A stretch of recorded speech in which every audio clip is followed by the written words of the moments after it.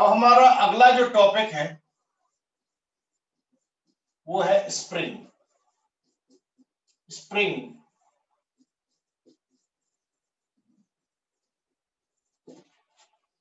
आपको पता है कि स्प्रिंग पर जब हम बल लगाते हैं तो स्प्रिंग में खिंचाव भी आता है, प्रसार भी होता है, और स्प्रिंग में कंप्रेशन, संपीड़न भी आता है। तो हम जो उसको खींचने में जो भी कार्य करते हैं वो कार्य एक्चुअल में स्प्रिंग की ऊर्जा के रूप में संचित होता है, और इसे हम बोलते हैं स्प्रिंग की स्थितिज ऊर्जा। तो इसमें जो फॉर्मूले चलते हैं स्प्रिंग में, हम आसानी से समझ सकते हैं कि ये स्प्रिंग है नॉर्मल, ये सामान्य स्प्रिंग है। अब आपने क्या किया, इस पर बल लगाया जिससे इसकी लंबाई x बढ़ गई।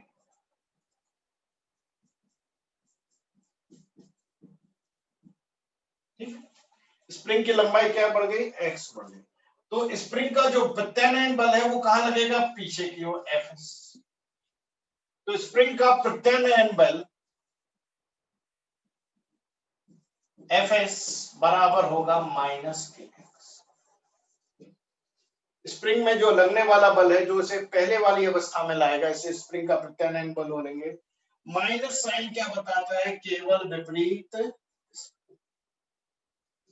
कि x और F विपरीत दिशाओं में होंगे। x अगर आप प्रसार करोगे तो स्प्रिंग का प्रत्यानयन बल वापस लाएगा, और अगर आप स्प्रिंग को खींचो, स्प्रिंग को दबाओगे तो प्रत्यानयन बल उसको वापस अपनी स्थिति में लाएगा। इसी को हम लिखते हैं -kx। माइनस को हम नेग्लेक्ट कर देते हैं जब हम क्वेश्चन करते हैं। तो ये पहला फॉर्मूला हो गया। दूसरा जो हमारे कार्य ऊर्जा से संबंधित है कि स्प्रिंग को x लंबाई तक प्रसारित करने में किया गया कार्य, उसकी स्थितिज ऊर्जा के रूप में संचित हो जाता है। तो स्प्रिंग को जब भी हम खींचते हैं तो जो कार्य करते हैं वो कहां जाता है, तो स्प्रिंग पर द्वारा जो भी हम खींचने में जो कार्य करते हैं वो स्प्रिंग की संचित ऊर्जा या स्प्रिंग की स्थितिज ऊर्जा के रूप में स्टोर हो जाता है। तो कार्य निकालने के लिए आपको करना है इंटीग्रेशन f dx 0 से x। f को लिखेंगे आप kx dx 0 से x, और बेहतर होगा अगर आप x1 x2 लिखें। तो कार्य बराबर होगा, k बाहर आ जाएगा और ये हो जाएगा x²/2 x1 x2। तो कार्य बराबर हो जाएगा हाफ k x2² -x। ये क्या है, ये कार्य जो है वो स्प्रिंग को x1 से x2 लंबाई तक खींचने में किया गया कार्य। ध्यान रखना, ये कहां से कहां खींचा है आपने, x1 से x2 तक खींचने में अगर आपको कार्य निकालना है तो half k x2² -x1²। k को आप जानते हैं, ये स्प्रिंग नियतांक है न्यूटन पर मीटर। अब यदि x1 बराबर 0 हो तथा x2 बराबर x हो, तब यही कार्य होगा, W बराबर हाफ k x²।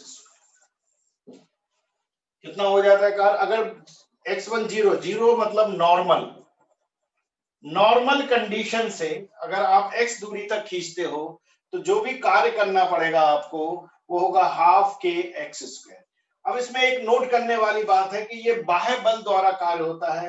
अगर हम कहें कि स्प्रिंग ने कितना कार्य किया तो स्प्रिंग का कार्य इस समय नेगेटिव काउंट होगा। तो ये नोट लिख लें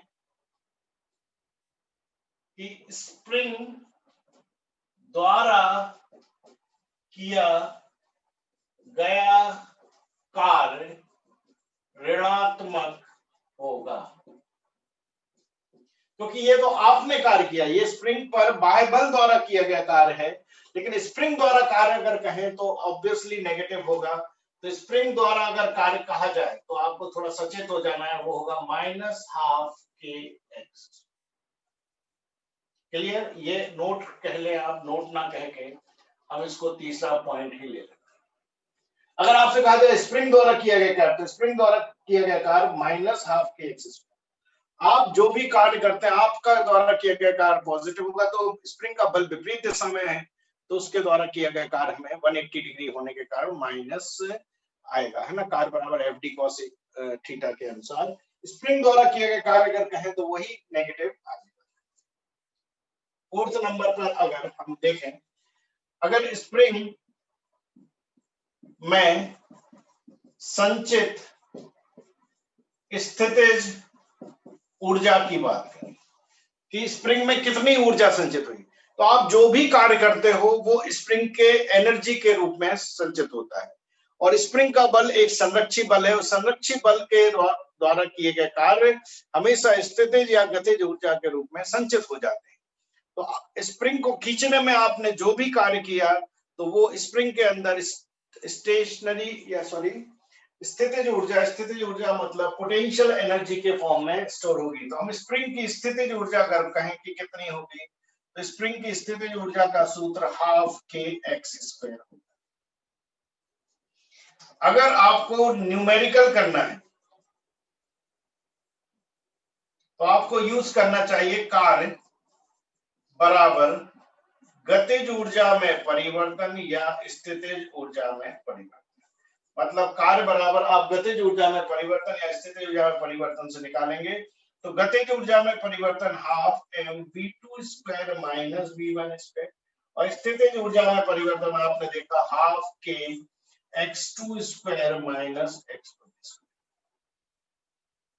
तो न्यूमेरिकल करने के लिए स्प्रिंग के अगर कोई ब्लॉक जुड़ा हुआ है उसकी गतिज ऊर्जा संबंधी जानकारी है तो 12mv² - v1², और स्थितिज ऊर्जा में परिवर्तन तो 12k।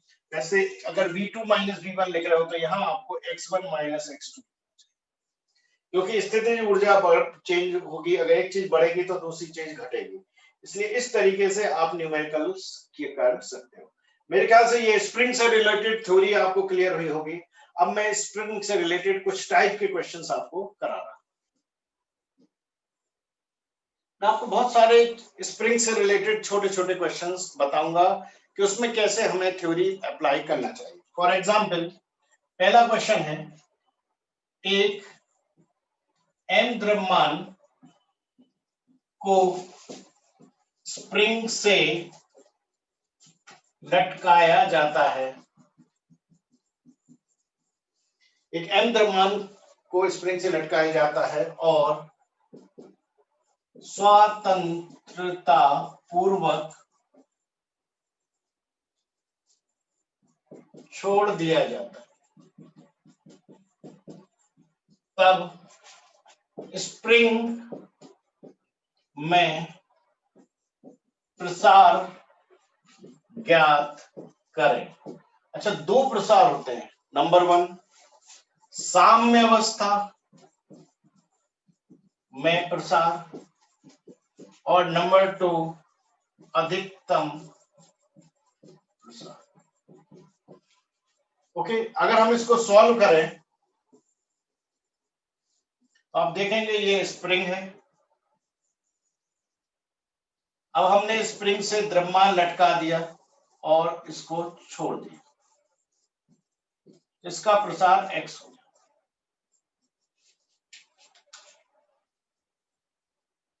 यदि कि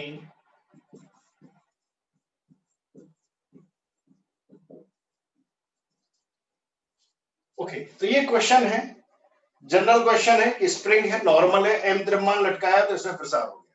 लेकिन क्वेश्चन में पूछा है कि हमें जो प्रसार चाहिए वो साम्य अवस्था में चाहिए या हमें अधिकतम प्रसार चाहिए। तो इन दोनों प्रसार में अंतर क्या होता है? साम्य अवस्था में प्रसार का मतलब होता है, साम्य अवस्था कब होती है? साम्य अवस्था तब होती है जब द्रव्यमान पर कुल बल शून्य।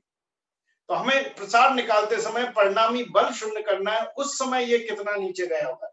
वो स्थिति जब द्रव्यमान पर परिणामी बल शून्य हुआ होगा, उस समय प्रसार क्या होगा, ये पहला क्वेश्चन। और अधिकतम प्रसार शब्द हो तो आप अधिकतम प्रसार तभी निकालते हैं जब पूरा का पूरा ऊर्जा संरक्षण नियम लगेगी, है ना। ऊर्जा संरक्षण नियम का पालन करने पर हम अधिकतम प्रसार की वैल्यू को ज्ञात कर सकते हैं। ओके, तो इसको अगर हम सॉल्व करें तो अधिकतम साम्यावस्था में एफ नेट 0 होना चाहिए। जरा देखें कि परिणामी बल शून्य होगा तो बल कौन कौन से लगेंगे। ये m है तो mg नीचे लगेगा और स्प्रिंग का फोर्स F बराबर kx ऊपर लगेगा।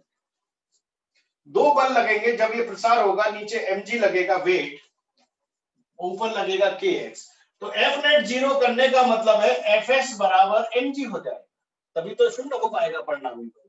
यहां हम लिख सकते हैं kx बराबर mg, तो x बराबर mg बाय, ये आपका आंसर 1 है। ये साम्यावस्था का प्रसार है, साम्य प्रसार है।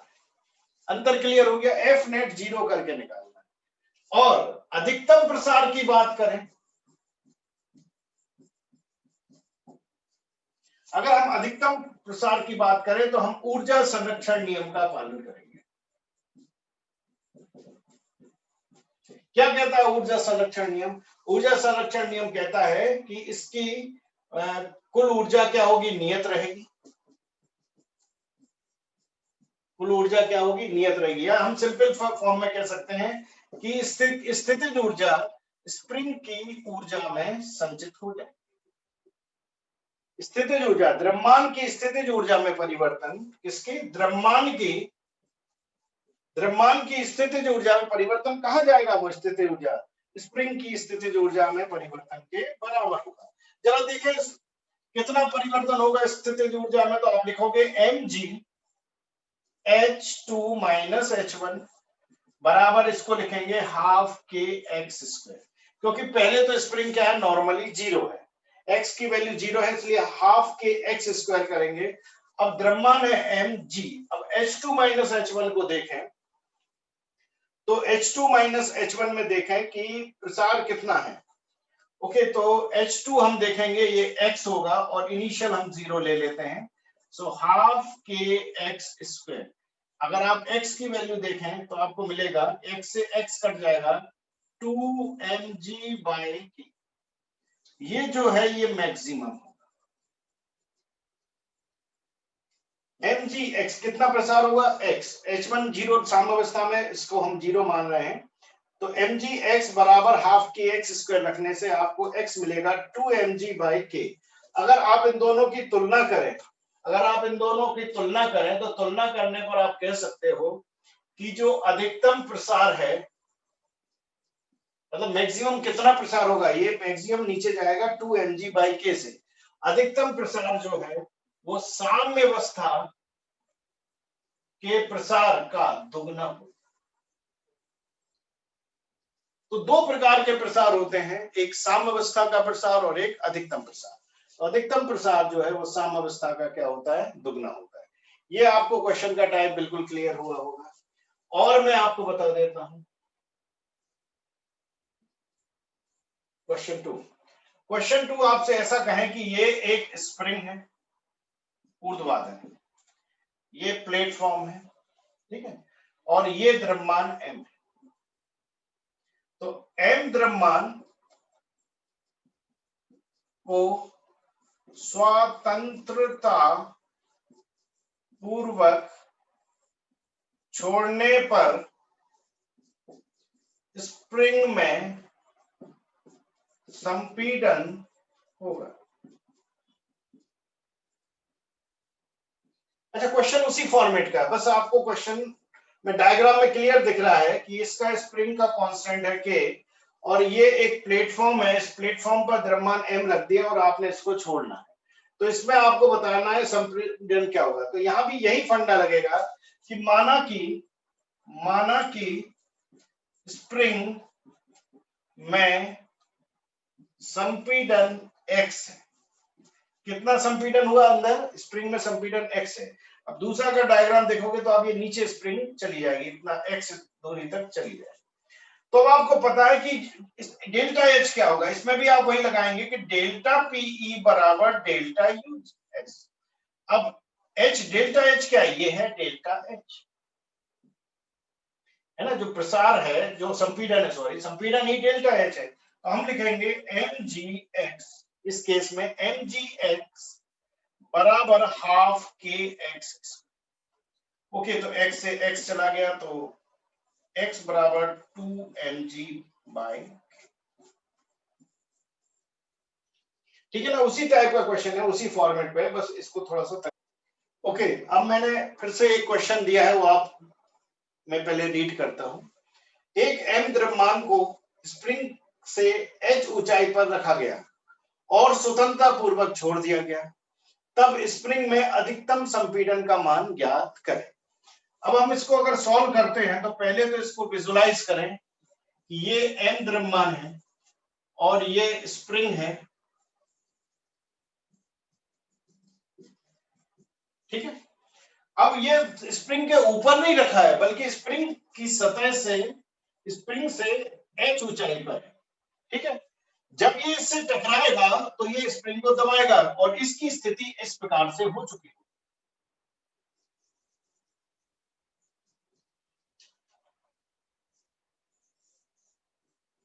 माना कि इसने x दूरी तक दबाया,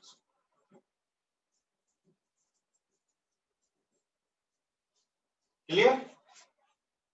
ये पहली अवस्था का डायग्राम है और ये दूसरी अवस्था। पहले ये h ऊंचाई से छोड़ा, फिर जब ये टकराएगा तो ये स्प्रिंग को दबाएगा, माना कि ये कितना दबाया इसने, x। अब इसको सॉल्व करते समय फिर वही फंडा, डेल्टा पीई बराबर डेल्टा यू एस। जरा बताएंगे कि डेल्टा एच कितना है। डेल्टा एच इसमें एच प्लस एक्स होगा, ये इसकी खासियत है कि पहले तो एच ऊंचाई तक नीचे आया द्रव्यमान, फिर इसने स्प्रिंग को कितनी दूरी तक दबाया, एक्स दूरी तक। तो डेल्टा एच की बात करें कि द्रव्यमान की ऊंचाई में जो चेंज आया वो आया एच प्लस एक्स। तो डेल्टा एच इस केस में एच प्लस एक्स होगा, तो हम लिखेंगे M G H plus X बराबर हाफ के एक्स।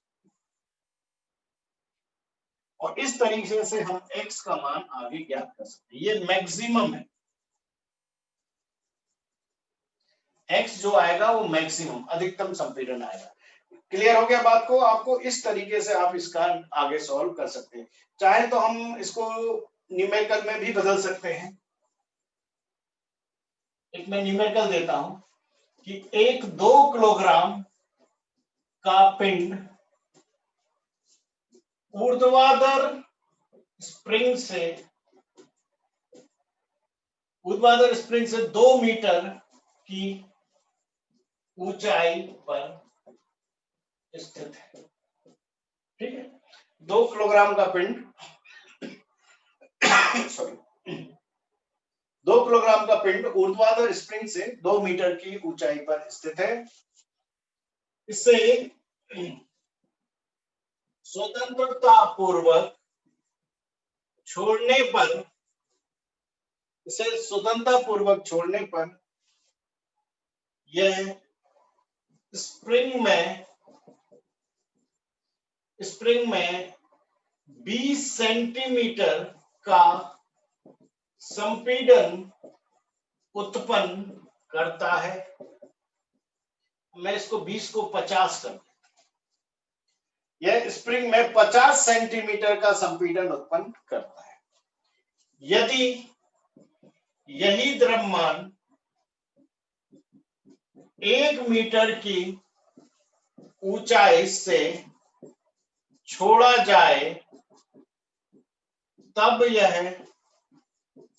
स्प्रिंग में कितना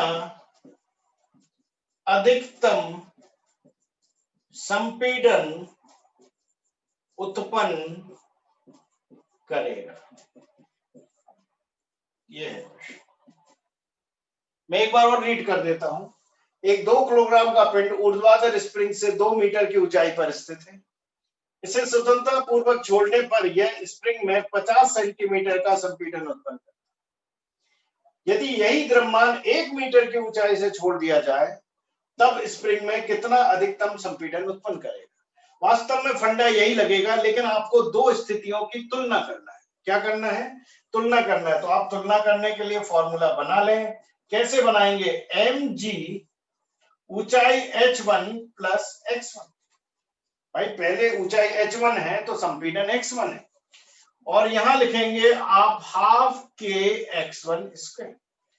दूसरी बार में यही केस होगा, द्रव्यमान वही है, ऊंचाई h2 है। अगर ऊंचाई h2 है तो संपीड़न x2 होगा, और यहां लिखेंगे आप हाफ के x2 स्क्वायर। अधिकतम संपीड़न की बात की जा रही है। यहाँ ऊर्जा जो है स्प्रिंग की स्थितिज ऊर्जा में बदल रही है। पिंड की स्थितिज ऊर्जा स्प्रिंग की स्थितिज ऊर्जा में चेंज हो रही है। जब आप इसको डिवाइड करेंगे तो ये वाला पोर्शन कट जाएगा, ये वाला पोर्शन कैंसिल हो जाएगा, और अब आप इसमें न्यूमेरिकल सॉल्व कर सकते हैं। h1 plus x1 upon h2 plus x2 बराबर यहां आएगा x1 square upon x2 square. क्योंकि स्प्रिंग तो वही है, स्प्रिंग वही है, इसलिए k भी वही रहेगा, तो k से k कट जाएगा। अगर आप स्प्रिंग बदल दोगे तो k भी बदल जाएगा। द्रव्यमान भी वही है, mg से mg भी कट जाएगा। अब आप इसको सॉल्व करेंगे तो h1 दिया है 2 मीटर, और x1 इसका ध्यान रखना ये सेंटीमीटर में है, तो आपको मीटर में ही बदल के रखना है। तो 2 की जगह 50 सेंटीमीटर को 0.5 लिखे, h2 1 है और ये x2 निकालना है, और ये x1 जो होगा वो होगा 0.5 और x2 का स्क्वायर। अब जब आप इसको न्यूमेरिकल सॉल्व करेंगे तो ऊपर 2.5 रहेगा, इंटू x2 स्क्वायर हो जाएगा, 2.5 इंटू x2 स्क्वायर, और ये हो जाएगा 0.5 का स्क्वायर और 1 प्लस x2। ठीक है ना, 1 प्लस x2।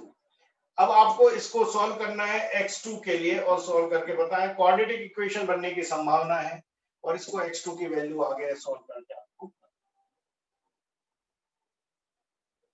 0.5 होता है 0.25 प्लस 0.25 x2। अब हम क्या करने जा रहे हैं? 2.5 x2 square minus 0.25 x2 minus 2.250, ये बन गया आपका वर्ग समीकरण।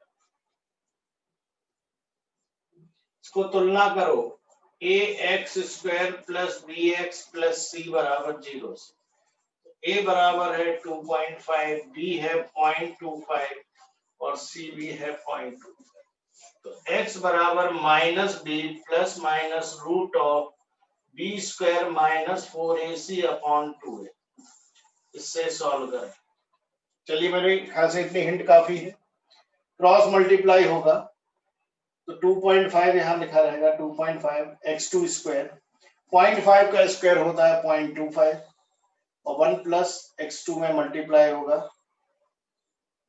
इसको यहाँ लाएंगे तो वर्ग समीकरण दिखने लगा है हमें। तुलना करोगे तो a तो है 2.5, b का साइन याद रखना, ये माइनस 0.25 है और ये माइनस 0.25, दोनों 0.25 है b और c। फिर x बराबर minus B plus minus root of B square minus 4ac upon 2a से हमें x की वैल्यू निकालना है। देखिए आगे इसको सॉल्व करने के लिए आपको क्या करना था? x बराबर माइनस बी मतलब प्लस हो जाएगा 0.25, माइनस माइनस प्लस हो जाएगा ये। फिर b के प्लस साइन लेंगे, रूट ऑफ बी स्क्वायर करेंगे। जब आप बी स्क्वायर करेंगे तो 0.25 का होगा स्क्वायर 0.0625, 0.25 का स्क्वायर 0.0625 होता है। माइनस ये वाला माइनस माइनस मिलकर प्लस हो जाएगा। a की वैल्यू है 2.5, c की वैल्यू है 0.25, और माइनस माइनस प्लस हो गया अपॉन 2 इंटू 2.5। अब इसको मैथमेटिकली आप सॉल्व कर सकते हैं। ये 2.5 है प्लस, देखें ये 2.5 इंटू 4 10 हो गया, 10 इंटू 0.25 मतलब हो गया 2.5। 2.5 में अगर हम ये जोड़ते हैं तो ये मिलेगा अंडर रूट 2.56 अपॉन 5। अच्छा, अब रूट 2.56 क्या होगा ये चेक करने के लिए आप क्या करें कि अंडर रूट 2.56 को क्या हम अंडर रूट 256/100 लिख सकते? बिल्कुल लिख सकते हैं, बात वही है। 256 का रूट होता है 16 और ये 10, तो ये हो गया 1.6। तो 2.5 प्लस 1.6/5 ये हो जाएगा आपका 11 6 5 11 1 4.1/5। तो x बराबर ये होगा 4.1/5। कहीं इसमें 4.1/5, 4.1/5 कितना होगा? अच्छा, ये गलत लिख दिया मैंने, 0.25 है इसलिए। तो 0.25 मीटर, 0.37 मीटर को हम लिख सकते हैं 37 सेंटीमीटर, और ये इसका आंसर होगा। तो आपने देखा कि मैथमेटिक्स अब में हमें वर्ग समीकरण का प्रयोग करना पड़ता है इस टाइप के क्वेश्चन में, इसलिए ये मैंने आपको न्यूमेरिकल दिया था ताकि आप ये वर्ग समीकरण वाले पोर्शन को सॉल्व करना सीखें। तो जब इस प्रकार का कॉन्सेप्ट लगाते हैं तो वर्ग समीकरण हमें हर हालत में एक सॉल्व करना ही पड़ता है, तब जाके हम आंसर निकाल पाते हैं। तो स्प्रिंग में हम अगले टाइप के क्वेश्चन पर जाते हैं। तो टाइप ये है कि एक n द्रव्यमान का ब्लॉक घर्षण रहित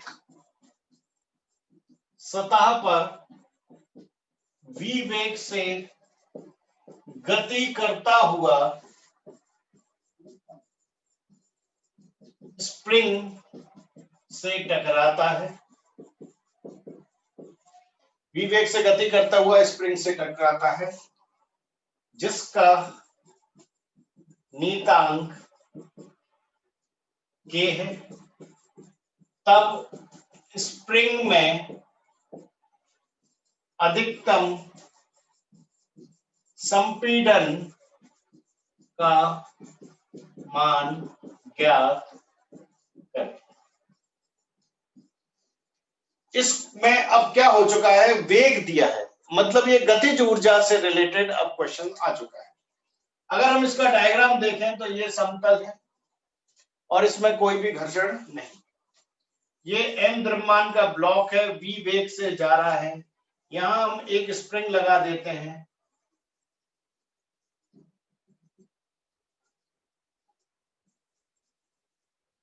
और ये जाके इससे टक्कर करता है। जब ये टक्कर करता है तो ये स्प्रिंग को दबा देता है। ये ब्लॉक जाके स्प्रिंग को दबा देता है। माना कि ये संपीड़न x हो। अच्छा, ये पिंड स्प्रिंग को कब तक दबाएगा? ये पिंड जब तक दबाएगा जब तक कि इस द्रव्यमान का वेग शून्य ना हो जाए, अंतिम वेग। और ये है प्रारंभिक वेग, ये है स्प्रिंग। तो ये वेग से जा रहा है, घर्षण शून्य, v वेग से जाएगा और टक्कर करेगा। ये तब तक स्प्रिंग को दबाएगा जब तक कि इसका अंतिम वेग शून्य नहीं। अब हम यहाँ कौन सा फंडा यूज करेंगे? हम यूज करेंगे डेल्टा के ई बराबर डेल्टा यू, गतिज ऊर्जा में परिवर्तन। और ये स्प्रिंग की स्थितिज ऊर्जा के बराबर। तो पिंड की गतिज ऊर्जा में परिवर्तन जो होगा वो स्प्रिंग में संचित होगा स्थितिज ऊर्जा के रूप में। देखें जरा, गतिज ऊर्जा half m v2 square minus v1 square, और इसको लिखेंगे हाफ के x1 स्क्वायर माइनस x2। ध्यान रखना है, अगर ये 2 - 1 तो ये 1 - 2, अगर ये 1 - 2 तो वो 2 - 1, ये आपको ध्यान रखना है इसमें। ओके, तो इस प्रकार से अब हम देख सकते हैं यहाँ पर ऑलरेडी अंतिम वेग शून्य है, तो हाफ m 0 का स्क्वायर माइनस v का स्क्वायर बराबर हाफ k। यहाँ पर x1 0 है, शुरुआत में 0 है और फाइनल x का है स्क्वायर, आप देखें माइनस से माइनस चला जाएगा तो हम लिखेंगे हाफ एम वी स्क्वायर बराबर हाफ के एक्स स्क्वायर। तो x बराबर 1/2 से 1/2 कैंसिल, तो x बराबर हो जाएगा m/k और v स्क्वायर का रूट। तो x मैक्सिमम होगा इस केस में v under root m/k। Okay, तो इस टाइप का क्वेश्चन हमें गतिज ऊर्जा को स्प्रिंग की स्थितिज ऊर्जा में बदलकर करना चाहिए। अब क्यों ना इस पर एक न्यूमेरिकल या एक और क्वेश्चन कर लिया जाए कि m द्रव्यमान का पिंड, m द्रव्यमान का पिंड v वेग से गति करता हुआ स्प्रिंग से टकराता है, तब स्प्रिंग में संपीड़न का मान ज्ञात करें। स्प्रिंग में संपीड़न का मान ज्ञात करें जब नंबर 1 m द्रव्यमान का पिंड v वेग से गति करता हुआ स्प्रिंग से टकराता है, तो तब स्प्रिंग में संपीड़न का मान ज्ञात करें जब पिंड का वेग आधा हो जाता है। नंबर 2 पिंड की गतिज ऊर्जा आधी हो जाती है। ओके, ये आपको सॉल्व करना है कि पिंड का वेग आधा करना है, उस समय संपीड़न क्या रहा होगा, और पिंड की गतिज ऊर्जा आधी हो जाती है तब संपीड़न क्या होगा। ओके, अब आप इसको सॉल्व कर सकते हैं और इसको नोट भी कर सकते हैं। क्वेश्चन क्लियर दिख रहा है? m द्रव्यमान का पिंड है, v वेग से गति कर रहा है और स्प्रिंग से टकराने के बाद संपीड़न होता है और स्प्रिंग पिंड का वेग आधा हो जाता है, तब हमें संपीड़न निकालना है। सिंपल सी बात है, आपको फॉर्मूला लगाना पड़ेगा half m v2 square minus v1 square बराबर half k x1 square minus x। ठीक है, क्वेश्चन में क्लियर दिया है कि v2 बराबर v1/2 होगा, तो v1/2 होगा, तो आप लिख दें इसमें हाफ m, v2 को लिखेंगे v1/2 का स्क्वायर माइनस v1 स्क्वायर बराबर हाफ k। पहले तो क्या है, ये 0 है, ध्यान रखना x1, यहाँ v2 माइनस v1 तो वहां x1 माइनस x2 है ना। पहले तो उसमें संपीड़न 0 है और बाद वाला x है, इस बात का ध्यान रखना है आपको, साइन को बहुत सीरियसली सॉल्व करना है। अब ये माइनस साइन आएगा आगे, हाफ m, इसको लिखेंगे एलसीएम 2 की जगह 4, ऊपर हो जाएगा v1 square minus 4v1 square बराबर minus half K x square. क्योंकि माइनस कैंसिल ही होगा हमेशा, वो तो ये देखें माइनस से माइनस कैंसिल हो गया, तो हाफ m और यहाँ क्या बचेगा 3v1 स्क्वायर बाई 4 बराबर हाफ के एक्स स्क्वायर।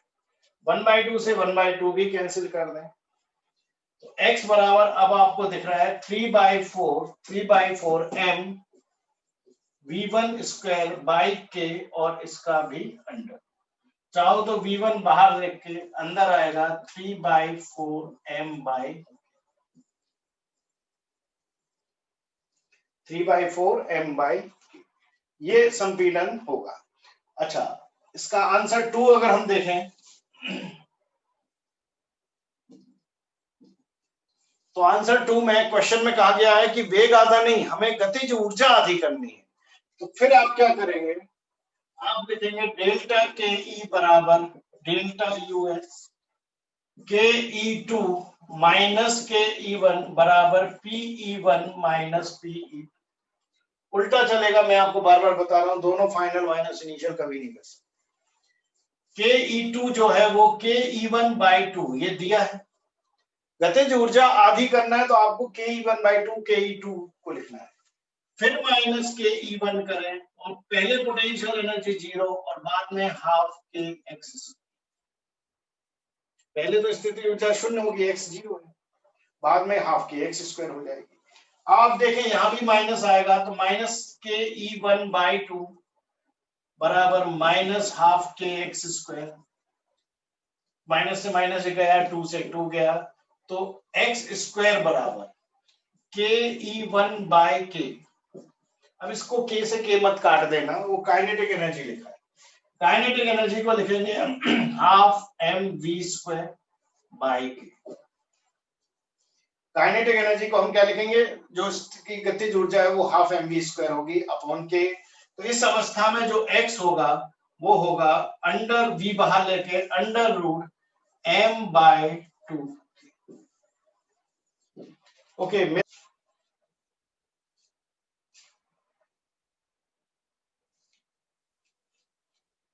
चलिए, very good.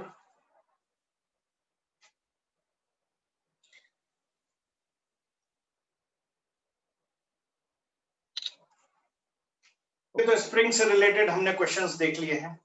Work power energy में कुछ और क्वेश्चंस आते हैं, उनको भी देख लिया जाए। सपोज एक क्वेश्चन है कि एक ट्रक का द्रव्यमान 5000 kg है।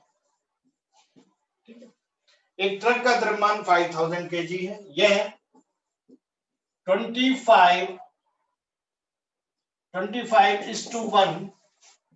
के स्लोप वाले नत समतल पर ऊपर नियत वेग 36 km/h के वेग से चढ़ता है। तो इंजन की शक्ति का मान ज्ञात, मतलब कितनी पावर इंजन लगा रहा होगा जिससे ये ट्रक ऊपर चढ़ पाए। आपने देखा है जो घाट होते हैं, घाट में ऊपर अगर ट्रक चल रहा है तो ट्रक की स्पीड अचानक क्या हो जाती है, बहुत स्लो हो जाती है ना। अब जब भी खरगोन से इंदौर तरफ आए तो बीच में खलघाट पड़ता है, तो वहां पर आप देखें ट्रक बहुत स्लो स्लो चलते हैं ऊपर, और बहुत ट्रक के इंजन को बहुत पावर लगाना पड़ता है। तो वही एक क्वेश्चन है, इसको आप इमेजिन करें कि ये एक नत समतल है और एक ट्रक को इस पर चढ़ाना है ना। अब ये ट्रक ऊपर जा रहा है, तो एक तो नत समतल का जो ये शब्द है, यह ढाल, इसका मतलब पता होना चाहिए। जो ढाल दी जाती है वो हमेशा साइन थीटा के फॉर्म में होती है, परपेंडिकुलर अपॉन हाइपोटेन्यूज। ध्यान रखना, ढाल जो दिया जाते है, इसका मतलब है अगर इसकी ऊंचाई h, ये h है तो ये s है। अब इसमें जो ज्यादा है ऑब्वियसली वो s होगा और जो कम है वो h होगा। तो परपेंडिकुलर मतलब h, ये हाइपोटेनस है, परपेंडिकुलर इसमें h है और हाइपोटेनस है x। तो जो s होगा वो ऑब्वियसली 25 मानना पड़ेगा आपको, और जो h होगा इस केस में वो 1 मानना पड़ेगा। इसका मतलब यही होता है कि अगर 1 मीटर की हाइट चल रहा है तो सामने 25 मीटर चल रहा होगा।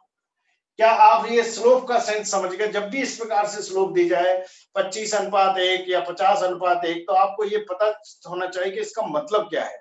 इसका मतलब है आपको क्वेश्चन में साइन थीटा दिया है।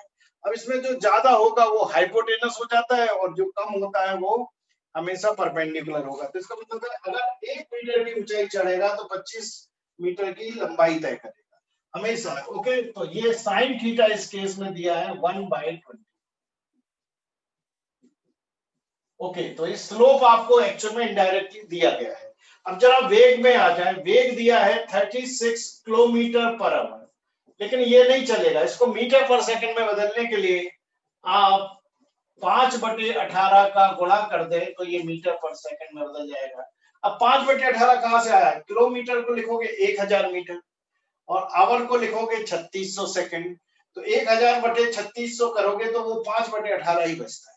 तो डायरेक्ट आप मीटर पर सेकंड में बदल दें, तो ये कितनी बार जाएगा, 2 बार, तो ये हो जाएगा कितना, 10 मीटर पर, ये वेग भी आ गया।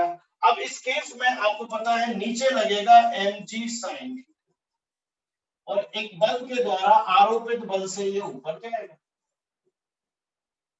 इंजन बल लगा रहा है तभी तो ऊपर जा रहा है, तो नीचे जो वेट है वो कितना है, mg sin थीटा। तो शक्ति क्या होगी इसकी, पावर जो होगी, पावर वो होगा फोर्स इंटू v, और फोर्स कितना है, mg sin theta into v। तो पावर जो होगी m 5000, g 10, sin थीटा 1/25, और वेग दिया है 10। इसको आप सॉल्व कर लें तो पावर मिलेगी आपको, ये कितनी बार कैंसिल होगा, 200 बार। So 2 into 10 to the power 1 2 3 4, 10 to the power 4 watt, या हम इसको लिख सकते हैं 20 किलो। इस तरीके से आप ये ट्रक वाला क्वेश्चन कर सकते हैं। हाँ, अब अगर आप इसको रस्सी से खींच रहे हो, अगर आप ऊपर और सपोर्ट लगा रहे हो, सपोज ये 20 है, ऊपर भी आपने सपोर्ट लगा दिया, उतना और जोड़ दो तो फुल पावर आ जाएगी। लेकिन इस केस में इंजन को इतना पावर का जनरेट करना पड़ेगा 20 किलोवाट, तब जाके ये ऊपर ट्रक चलता है। ठीक है ना, इस टाइप का क्वेश्चन भी कर सकते हैं। और एक क्वेश्चन देता हूं मैं,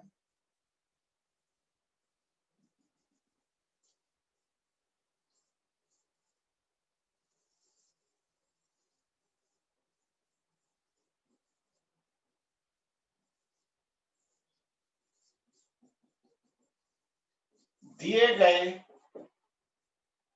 गए निकाय में m1 द्रव्यमान का न्यूनतम, यहां एक स्प्रिंग लगा देता हूं मैं, दिए गए निकाय में m1 द्रव्यमान का न्यूनतम मान क्या होगा जिससे m द्रव्यमान ठीक ऊपर उठ सके। ये क्वेश्चन है, ये एक आपको निकाय दिया, ये धरातल है, इस पर m द्रव्यमान रखा है और m1 द्रव्यमान लटका है, और ये एक स्प्रिंग और ये घिरनी है। अब आपको इनमें द्रव्यमान में आपस में संबंध बताना है, और कि ये ठीक ऊपर उठ जाए, इतना कॉन्सेप्ट लगने वाला है कि जब आप m1 द्रव्यमान को छोड़ोगे तो ये प्रसार होगा इसमें स्प्रिंग। हमें ये देखना है कि स्प्रिंग अधिकतम कितना खींच सकते, क्योंकि हम पहले इसको छोड़ेंगे तो ये नीचे की ओर गति करेगा, नीचे की ओर गति करेगा, जिससे स्प्रिंग में क्या आएगा, प्रसार आएगा कि नहीं। तो यहां हमको क्वेश्चन में यही पॉइंट ध्यान रखना पड़ेगा एक्चुअल में, कि m1 द्रव्यमान को छोड़ने पर स्प्रिंग में अधिकतम प्रसार x हो, नॉर्मल प्रसार नहीं होगा, क्योंकि आपको पता है ये रखा हुआ है और इसको आपने छोड़ा, तो ये नीचे गति करेगा और स्प्रिंग को खींचेगा। कब तक खींचेगा आपको पता है, ऐसे केस में अधिकतम प्रसार के लिए आपको लिखना पड़ेगा mgx बराबर ½ kx। ये द्रव्यमान कितना नीचे गया, ये द्रव्यमान गया x दूरी तक नीचे, तो स्प्रिंग में भी प्रसार x ही होगा, तो इसका स्थितिज ऊर्जा में परिवर्तन, फिर ये रुक जाएगा। तो m1 gx इसकी स्थितिज ऊर्जा और स्प्रिंग की स्थितिज ऊर्जा होगी ½ kx²। तो x से x चला गया, तो जो प्रसार होगा वो होगा 2m1g/k। ये हमारा पहला स्टेप था कि जैसे ही आपने इसको छोड़ा, ये स्थिर थोड़ा ना रहेगा, ये स्थिर नहीं होगा, ये पहले क्या होगा, नीचे की ओर जाएगा। जब ये नीचे की ओर x दूरी तक जाएगा तो स्प्रिंग भी x दूरी तक खिंचाव आएगा, और वो निकालने के लिए आपको ऊर्जा संरक्षण नियम का उपयोग करना पड़ेगा। ये स्टेप 1 था। अब हम स्टेप 2 पर जाएं। अब क्या हो गया, साम्यावस्था आ गई। तो साम्यावस्था में m पर बल देखें जरा, m द्रव्यमान है, ऊपर लगेगा स्प्रिंग का बल F बराबर kx और नीचे लगेगा भार m। और अगर साम्यावस्था है तो साम्यावस्था है, इसका मतलब है नेट फोर्स अब इस पर 0 करना है। भाई इसको ठीक उठाना है, ये अपन को रेडी होना चाहिए उठने के लिए, ठीक उठना चाहिए इसको। तो ऊपर के जो स्प्रिंग का बल है और नीचे जो भार है ये एक दूसरे के क्या होंगे, बराबर हो जाए, है ना। शर्त ये है, अगर शर्त की बात करें तो ज्यादा हो बराबर। किसकी शर्त है, m द्रव्यमान ठीक ऊपर उठे, ठीक सतह से। थोड़ा सा आपको समझना पड़ेगा, मैं जो बोलता हूँ वो लिखने की कोशिश करता हूँ। m द्रव्यमान ठीक सतह से ऊपर उठे, इसकी शर्त है, आपको बहुत कॉमन सेंस है भाई, कि ऊपर स्प्रिंग जो खींच रही है वो बल अगर बराबर हो या ज्यादा हो तो ये उठेगा। इसका मतलब है स्प्रिंग का बल या mg से, मतलब इसके भार से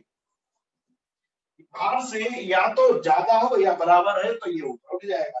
हमें न्यूनतम चाहिए तो हम Fs को लिखेंगे, Fs स्प्रिंग का फोर्स होगा kx बराबर किसके, mg।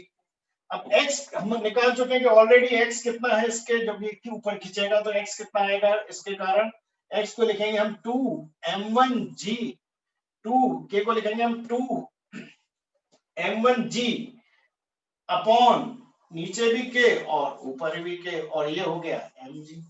g से g गया, k से k गया, तो हम देख सकते हैं कि m बराबर आ रहा है 2m1 या m1 बराबर आ रहा है m/2। तो m1 का मान m का आधा होना चाहिए। m1 का हम और कल क्लियर करें, न्यूनतम मान, ये क्लियर हो गया आपको कि अगर ये स्थिति में इसको ऊपर उठाना है तो m1 का मान m का क्या होना चाहिए, एटलीस्ट आधा होना चाहिए। इस केस में तो ये ठीक ऊपर उठ जाए। ओके, तो ये अब आप उसको पूरा लिख लें।